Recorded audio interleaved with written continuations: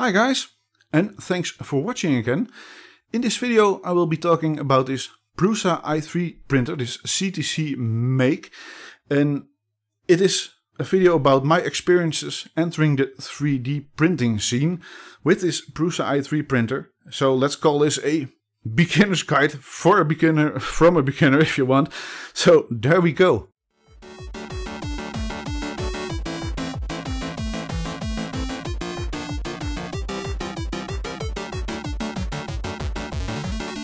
Now, when I finished building this model, I wanted to print straight away. That's what I wanted to do.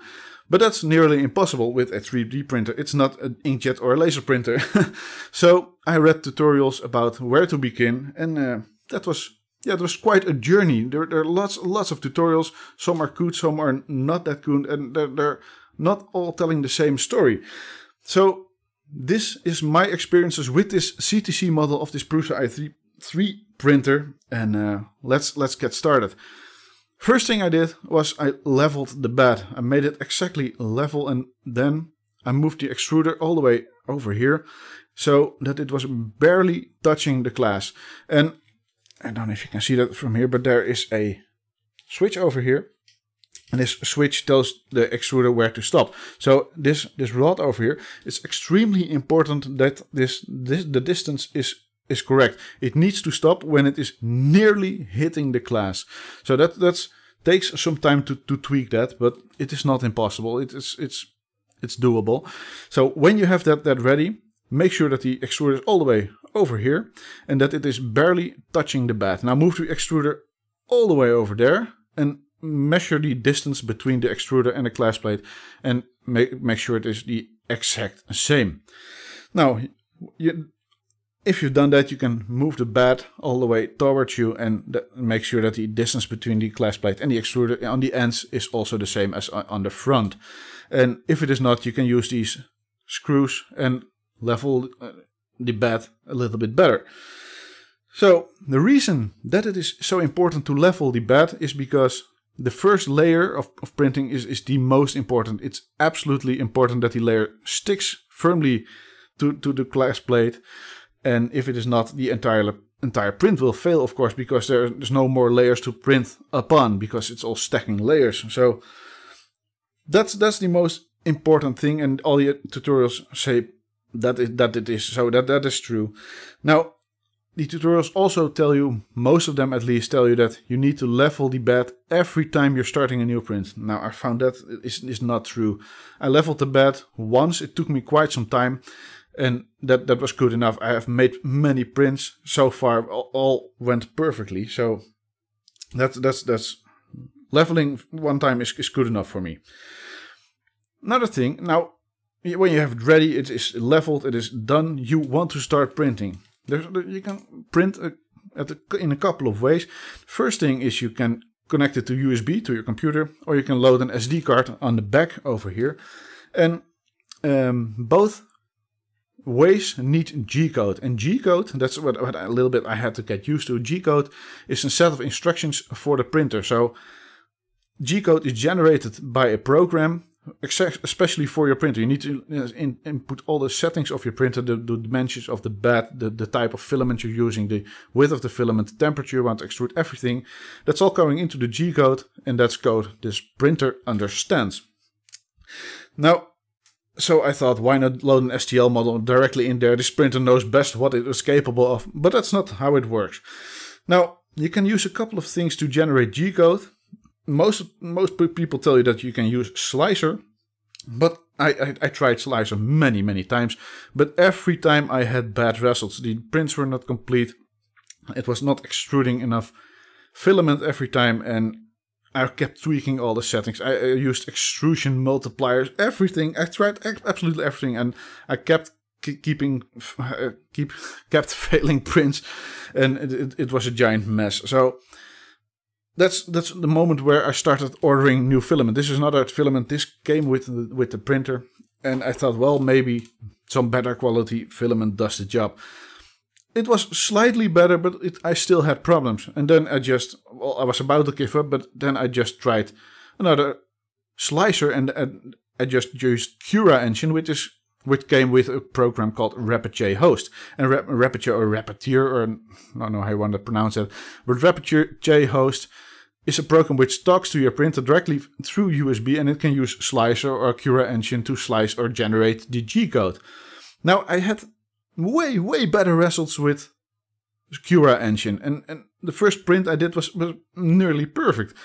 So that's, I don't know if you have the exact same issues with this printer, but my experience with Cura Engine, it is way better. Now this RapidJHost, like I said, is going to talk to your printer. And I was making a large print, and it was this thing, and this is going to be a cooling duct for the extruder over here, which I'm going to mount on there, show you in another video soon.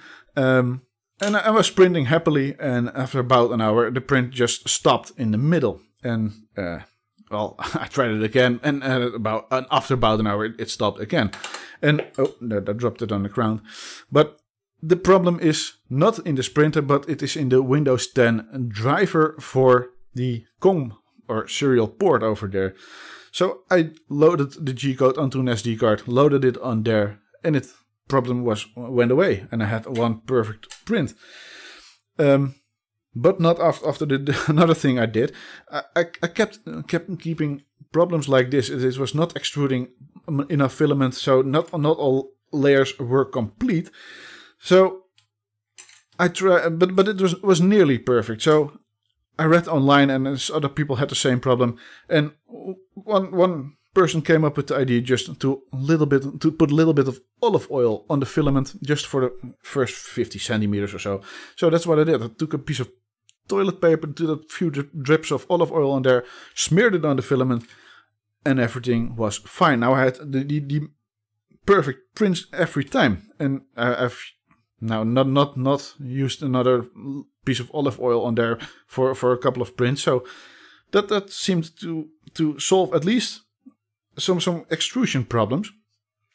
Another problem this printer has, at least in my case, is the Z-axis wobbly, and it's a wobble, or it's a common problem I read online, and that's that each layer. I don't know if you can see it on this piece over here. Yeah, there you can see it. Let's see if I can get it in focus. Not sure if I can, but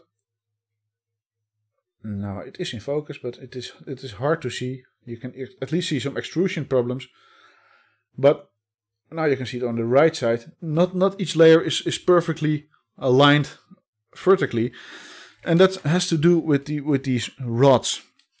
And so I read online what to do about that, and someone said, well, these are just M8 rods. Just replace them with good quality M8 rods, and you're fine. So I bought this. Just at the local hardware store, an M8 rod, but it doesn't fit. It looks like the exact same dimensions, size, but it is not. The wire on there is just a little bit different, and this rod won't fit in there.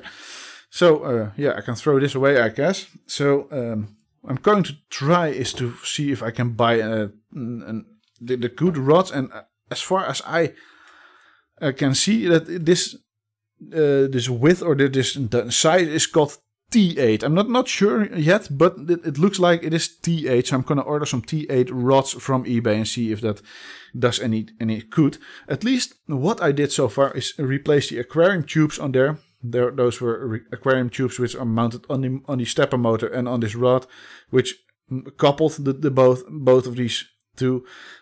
But I replaced it with these flexible aluminium motor couplings. That's how they are called, and these work at least good. I have better quality prints, not as much as Z-axis wobbly anymore.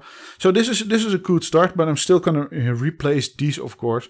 So in the next videos, when I'm gonna mount this on there and do all other improvements, you will probably see or hear from me if replacing these rods did any good.